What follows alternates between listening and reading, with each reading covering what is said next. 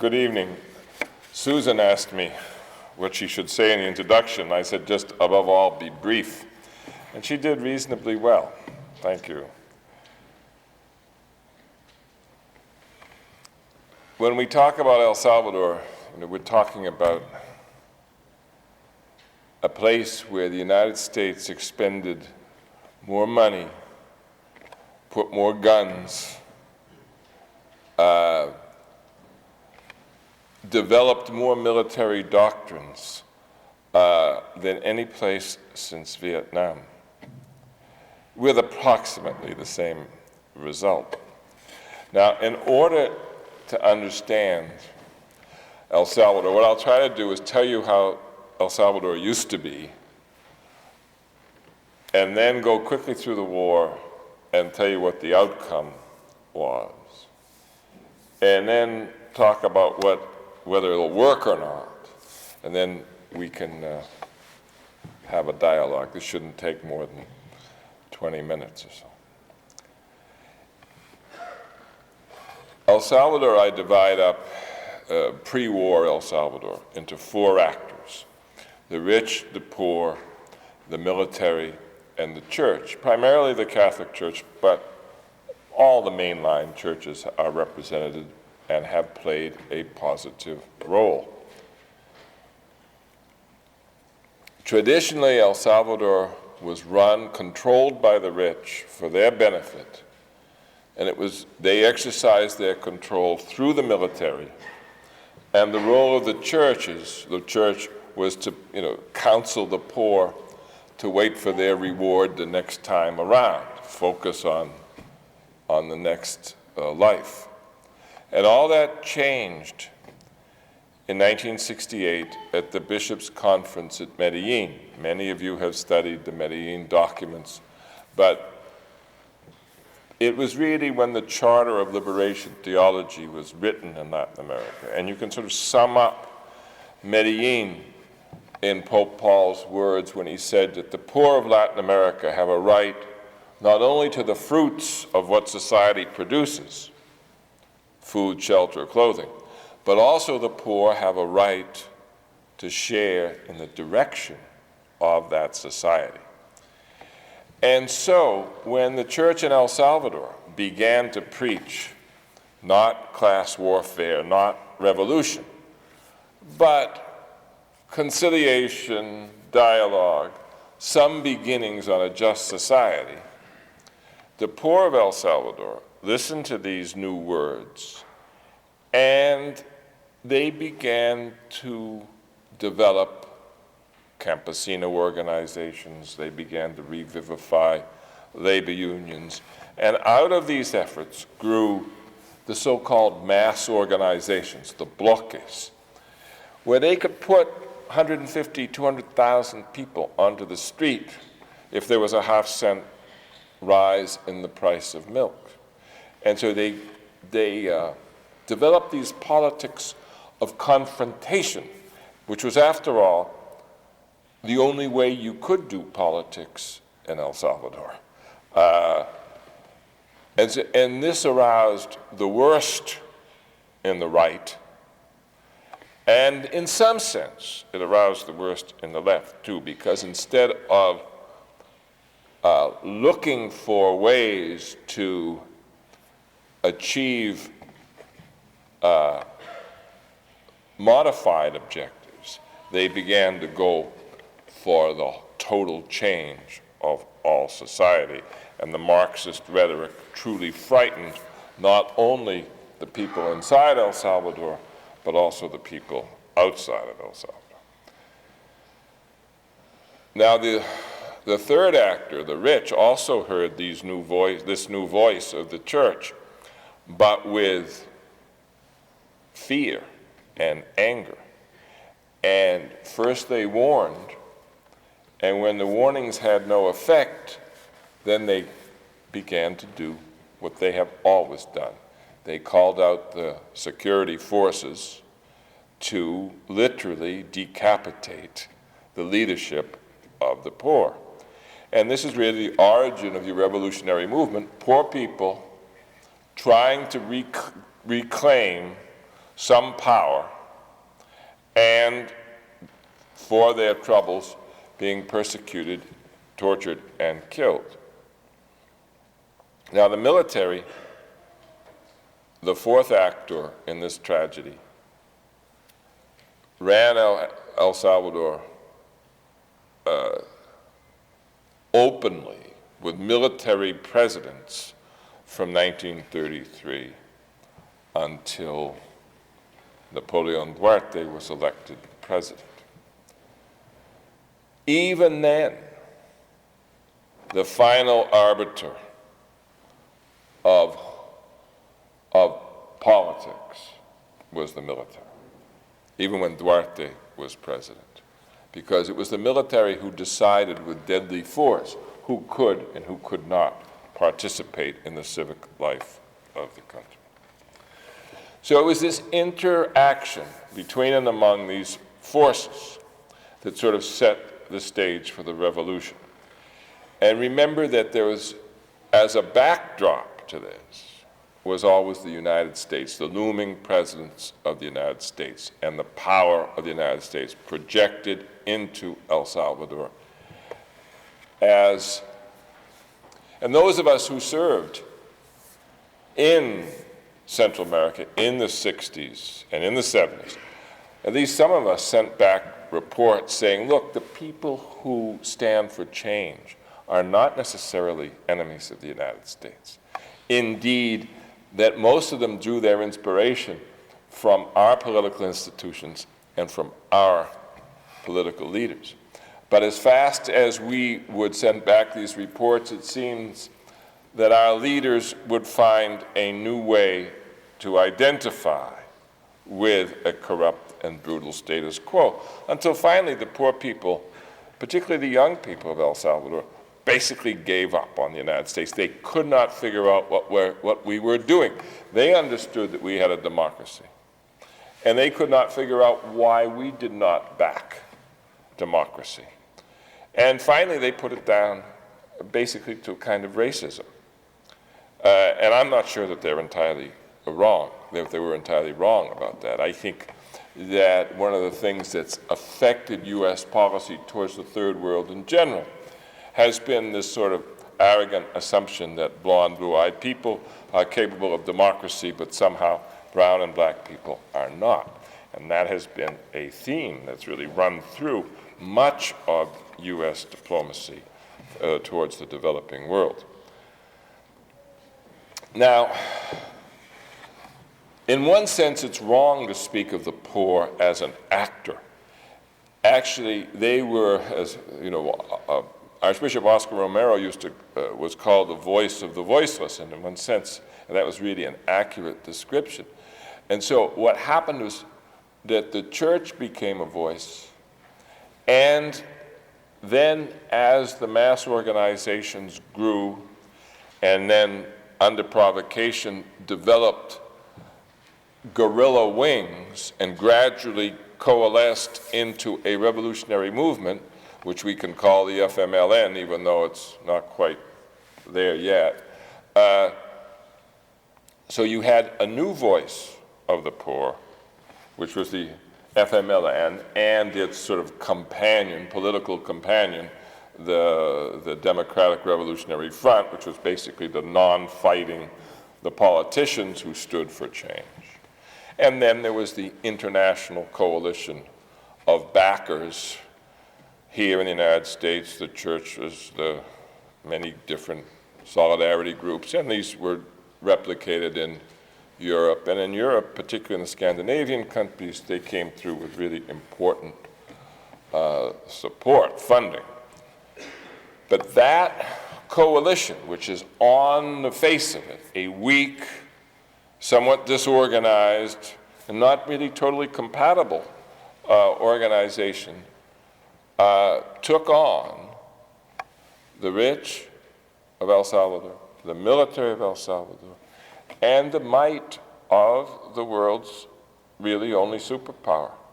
And we set as our objective the crushing of the Salvadoran revolutionary movement.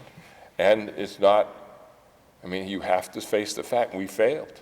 we did not succeed. There is as the latest RAND study points out, there is a yawning chasm between our objectives and the final result.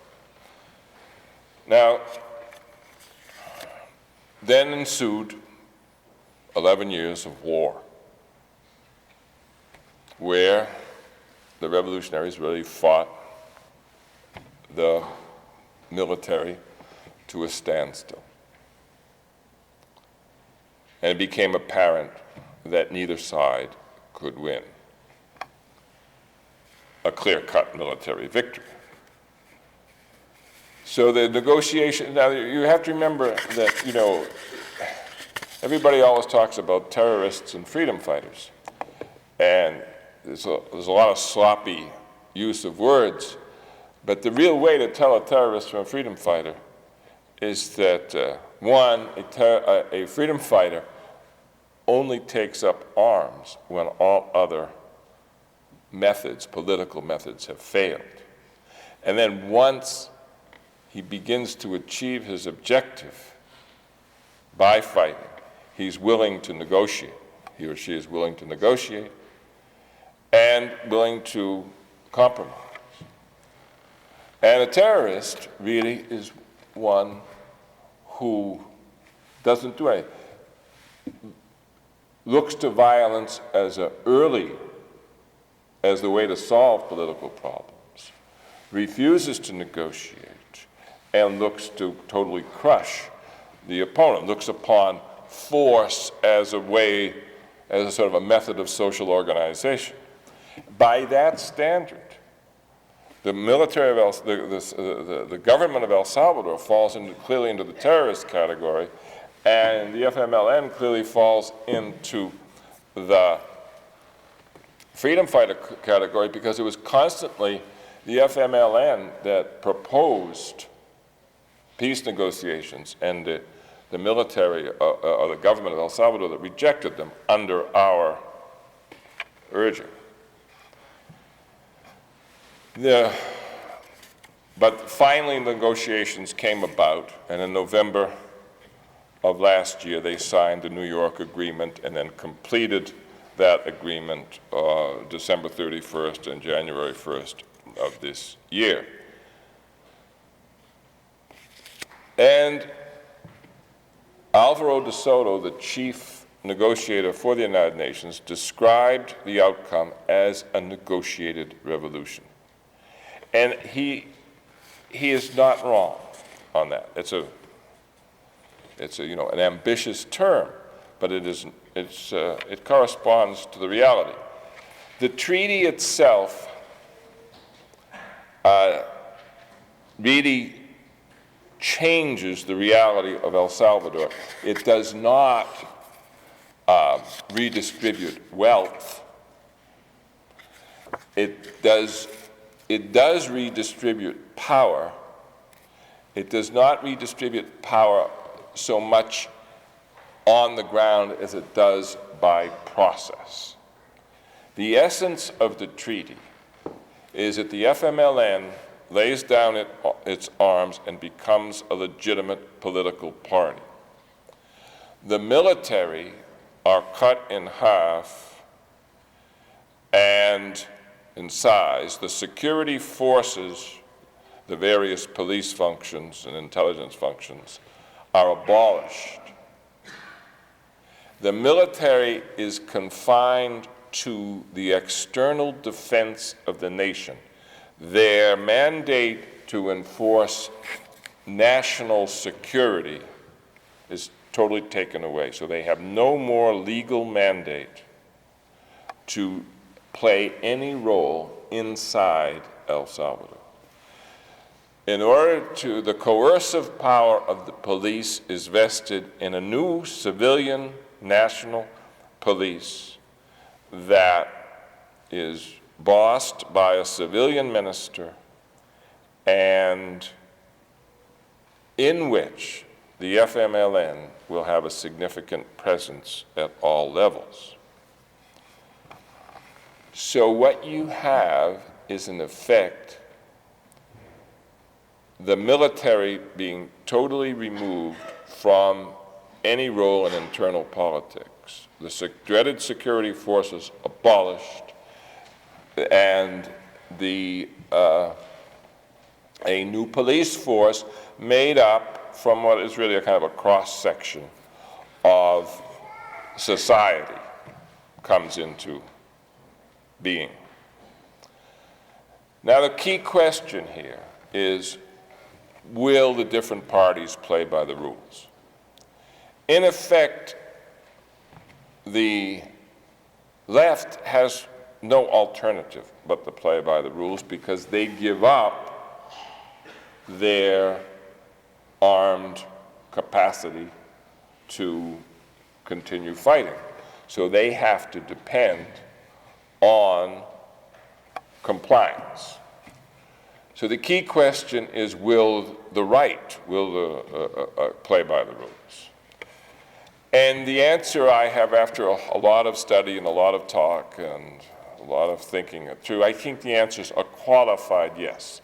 I'm not confident that it will work, but I think it's a reasonably good bet. And the reason I think so is this.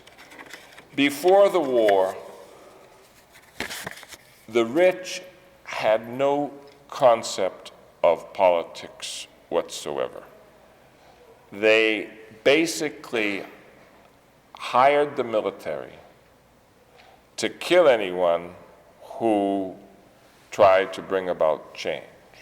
And in order to give a facade of political legitimacy to this, to satisfy the United States and other actors, they permitted some political parties, but there was an official political party called, oddly enough, the Party of National Conciliation, and they in effect functioned as a front for the military. Now, and then under that rubric, under that setup, the rich totally divorced themselves from politics. Basically no rich person ever got involved as a candidate for anything. It was sort of a dirty profession. Paid hacks went into it.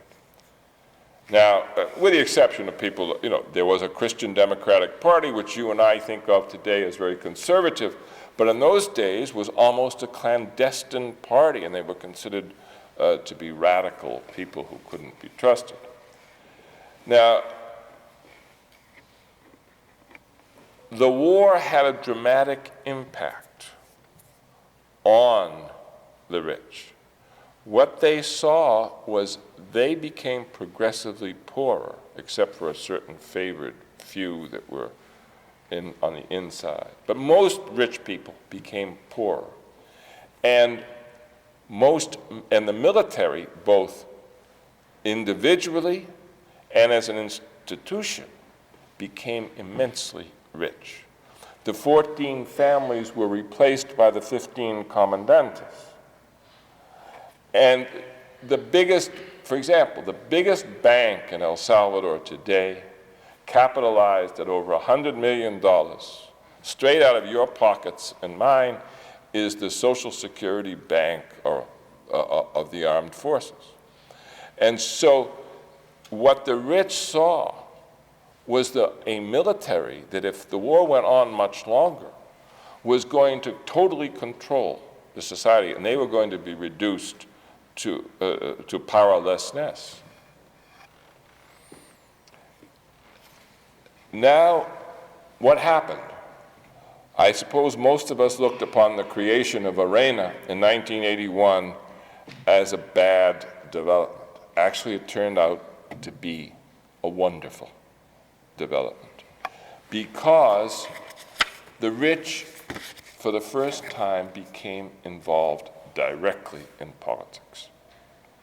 And they learned how to organize politically. They learned that they could win elections with organization and with money.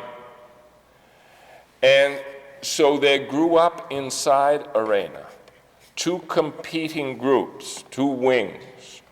One represented by D'Aubuisson and the present Vice President Marino, that believed in death squads and believed in the old-style repression and wanted to bring back the old days, more or less as I have described them. And the new group of what you might call neoconservatives, represented by President Cristiani, who basically said, no, this is not the way to go.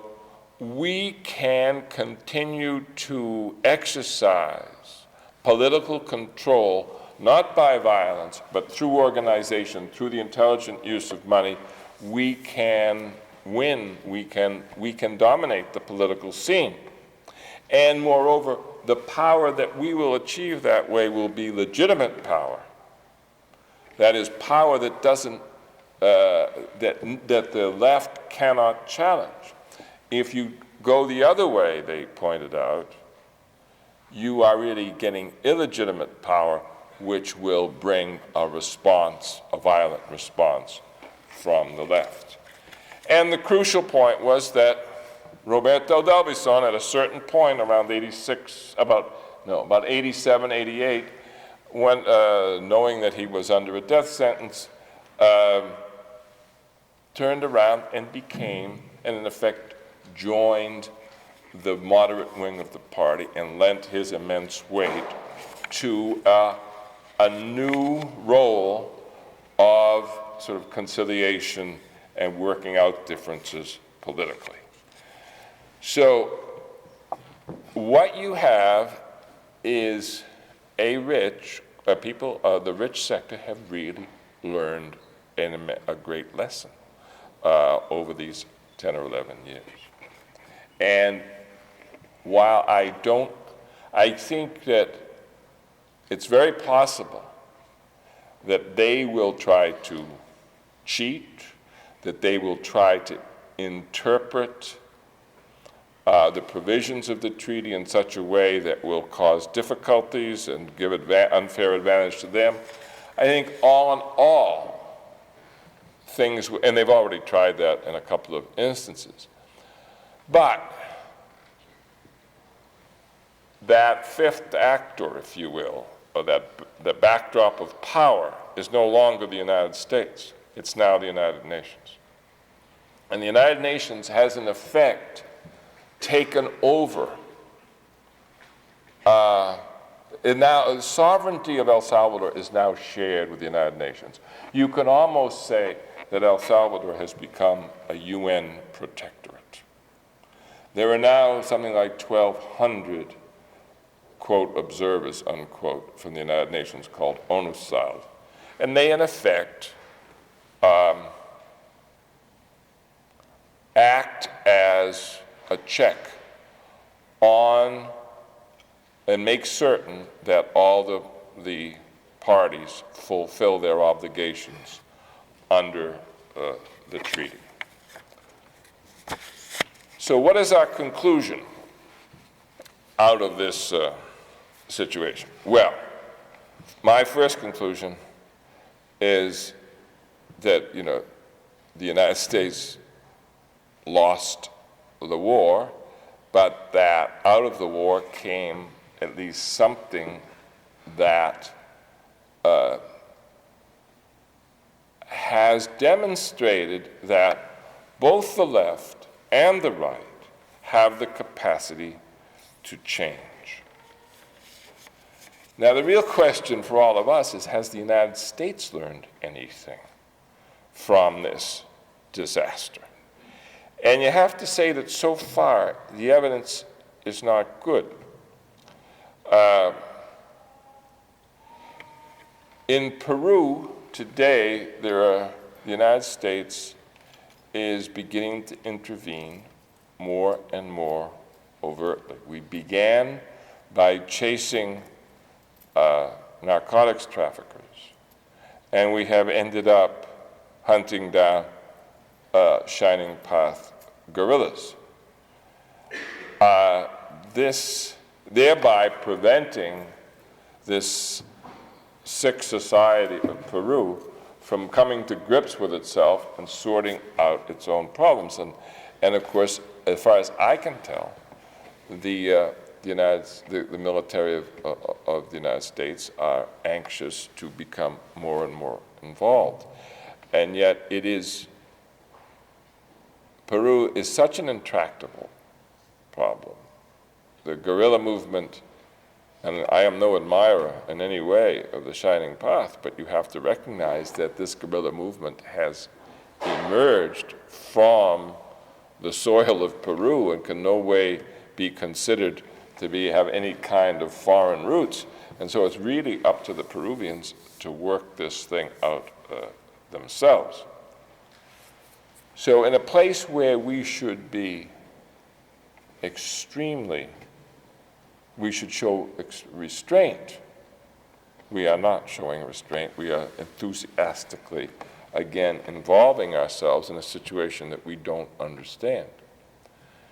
And then we have a situation like Haiti, where the United States, when the military and the rich people of Haiti overthrew President Aristide, the first freely elected president in the history of Haiti, after only 7 months in office, the United States acted with wonderful rhetoric.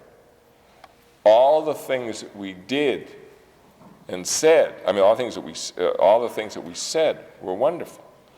But yet, we have showed too much restraint at a time when we should have been bold, because the international community had voted, in effect, almost a blank check to itself in the Organization of American States to restore the legitimate government of Haiti. And yet what we are doing is permitting these gangsters who have taken over in Haiti to consolidate their power, and we are looking totally impotent when the solution to the problem is really not difficult and would not require force. So, to conclude, in El Salvador, we are now seeing the end of one of the most disgraceful chapters of American diplomacy.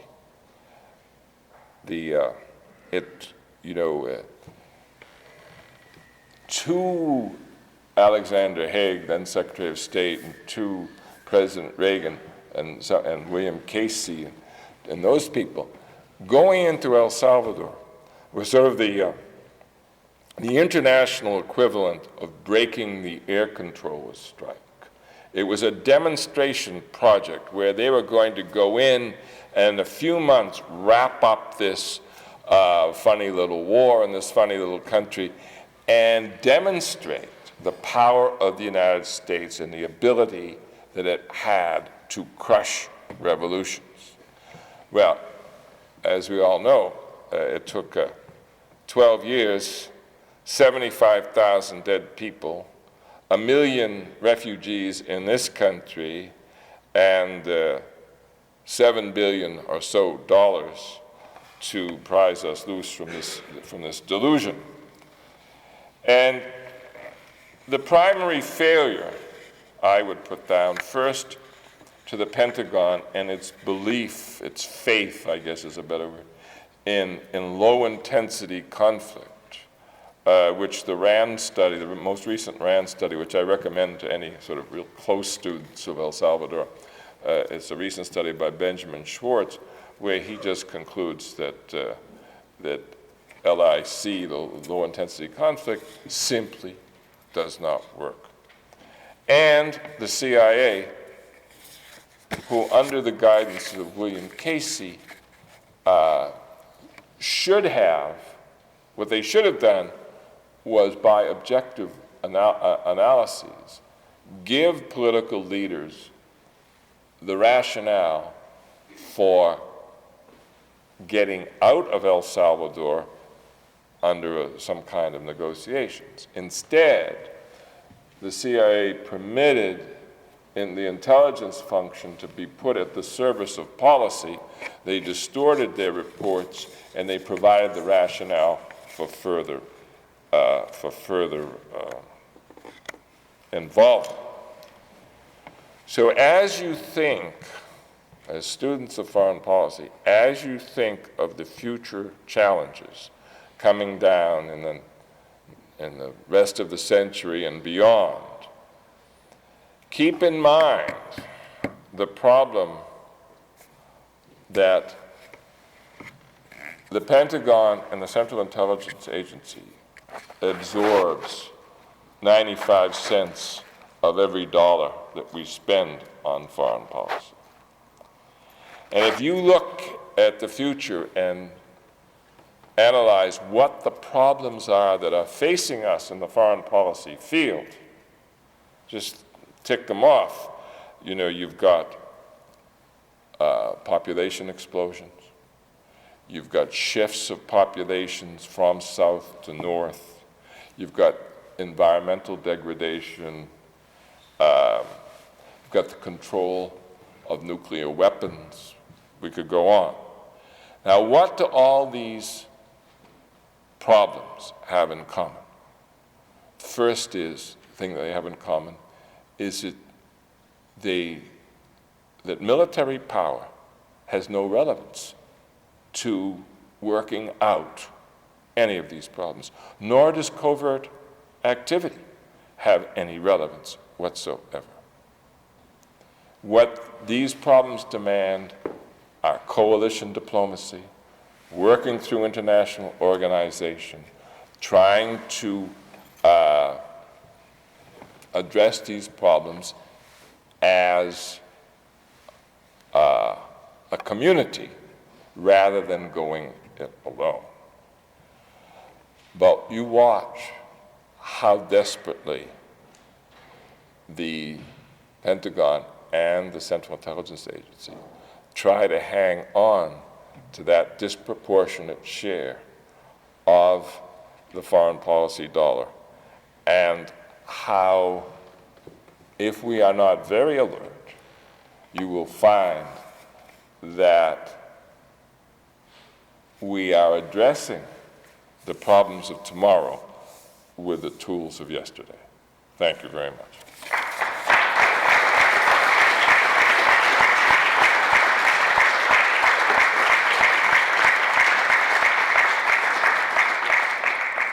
I'll be glad to take any questions that anyone has for as long as you.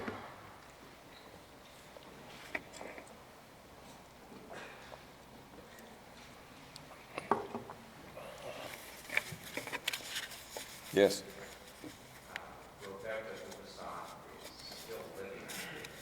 No, he died. Roberto D'Aubuisson died about a month and a half ago. Yeah. It was a strange, and, you know, here's a man who was undoubtedly responsible for the deaths of thousands of people, including Monsignor Oscar Romero, and a man who really, in any civilized society, should have been excluded from politics. And yet, in the end, one has to admit that he played a positive role, because as the darling of the violent right, when he in effect converted to a more moderate stance, there was no one who could have the right to call him soft. And so he really, and this is not some perception of a foreigner, you know, who doesn't know. He and I were sort of, you know, truly enemies. I mean, I hung this phrase around his neck of a psychopathic killer. I called him a psychopathic killer. I think every death notice that I saw of Roberto D'Aubuisson included my statement that he was, I almost, you know, I sort of regret it. On the other hand, I think it serves some purpose. But in any case,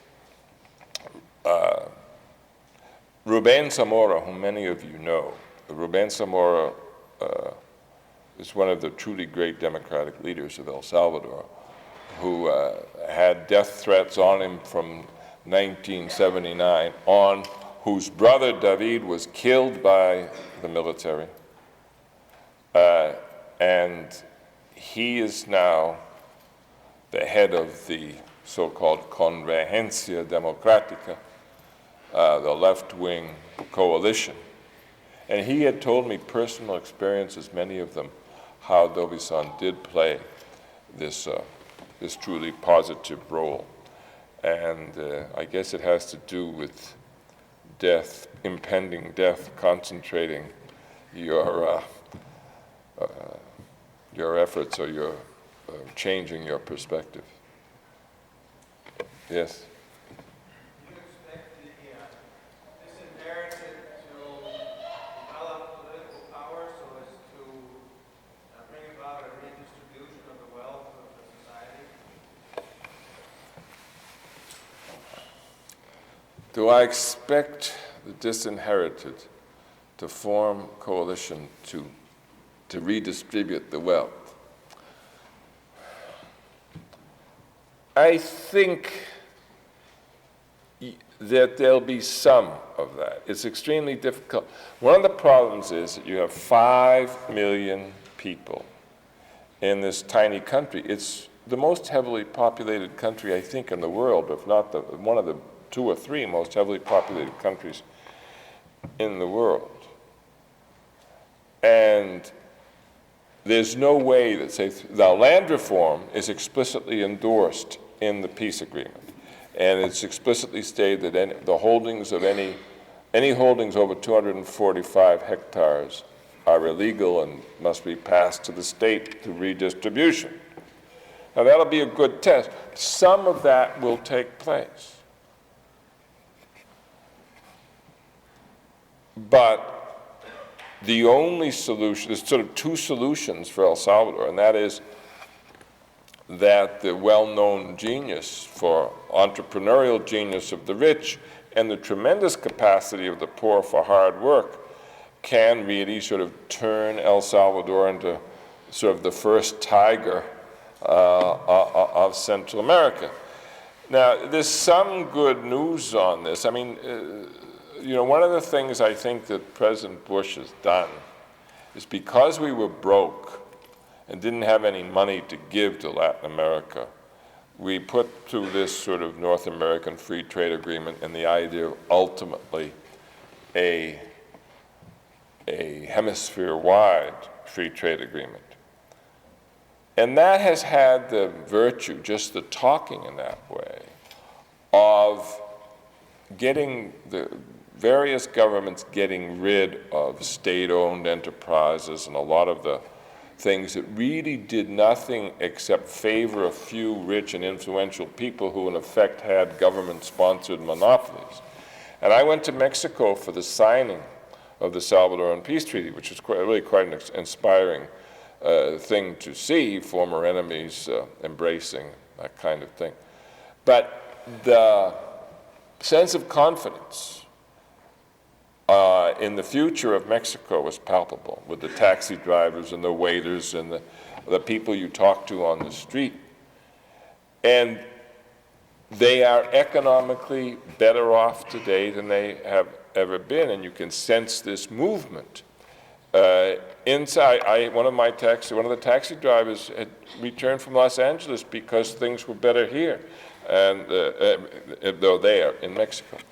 So there's a certain surge, and what you're going to see in Central America is Central America is going to become Mexico's Mexico. In other words, Mexico is going to start putting into Central America the sort of these maquilas, these plants with cheap labor that turn out exploit. No question, they exploit people and all that. But Central America desperately needs investment, and they'll probably have to go through this transition period. But you can sense in Central America some beginnings of prosperity. Now, the reason that this won't happen is that the military of Guatemala and the military of Honduras look upon what has happened in El Salvador as something terrible. And the rich in Guatemala, who are even, if possible, more reactionary than the Salvadorans used to be, are determined to, to maintain the small island of privilege and the great mass of people in poverty. So it'll depend a lot on whether the United States and the world community give the kind of assistance necessary to give El Salvador a head start so it can serve as some kind of exemplar, some kind of example for the rest of Central America to follow. But that's a big leap, and I'm just not really sure about how that will work. I think there is some chance that people are so exhausted and tired of war that they really are ready and willing to try new compromises, and that's the hope, but there's nothing certain about it. Yes? There's going to be a lot of people changing jobs in El Salvador, and do you think that the FMLN actually will be able to incorporate a new police force, and what will happen to the half of the army that's basically going to be out of work? What will those people do? All right, the question basically asks about the future of the two armies. And it's an excellent question because, the United States government, again demonstrating we've learned nothing, is still asking for military assistance for the Salvadoran army. The last thing we should ever do is give a nickel to the Salvadoran military. What we should do is certainly give military assistance in the sense of mustering out pay, a way of demobilizing the army, and in a sense providing a combination of the GI Bill and the 40 acres and a mule sort of thing from our own history. That would do more to help El Salvador than anything else, because the young people of El Salvador have been fighting for the last 10 years, and they desperately need assistance, training, education, some stake in society. And by the way, the correct size, when I was in El Salvador as ambassador, the total size of the military was about 10,000 men. When the war ended, it was 57,000 men. They claimed it was 62,000 men, and so they cut it down to 31,000 men. Why did they inflate this by 4,000? Let me explain to you. According to the Officer Corps, there's 2,200 officers in the Salvadoran army. To the Salvadoran Officer Corps, they comprise the military. The enlisted people are basically don't exist. They're non-entities. They are brought in for a few years, drafted and then left and then let go. Non-commissioned officers are discouraged. They've probably got the lowest. In effect, officers do the work that non-commissioned officers do in most military. Why do they do this? Because every private pays, or every enlisted man pays into a common fund for retirement and for other benefits. None of the enlisted men, practically 95% of the enlisted men, never get a nickel. It all goes to the benefit of these 2,200 men. But they are so greedy, they don't even stop with that. They create what they call fantasmas, ghosts. And so the 4,000 extra people don't really exist. They're just names. And the monies that they go to pay them and that they pay go directly to the officers and are divided up. And it's just simply another corrupt practice of the Salvadoran military. Now, the good news is that because we now have a right wing in El Salvador that basically believes that it has a decent chance of controlling El Salvador through the political process, they no longer see any real need for military. All it is expensive to them. And so when the budgets come up, you're going to find an increasing squeeze on the military, and hopefully they will downsize to some rational level. If the United States had gotten behind the peace process in the way that we should have worked for the total abolition of the military, because there's no need for a military institution in any of these Central American countries.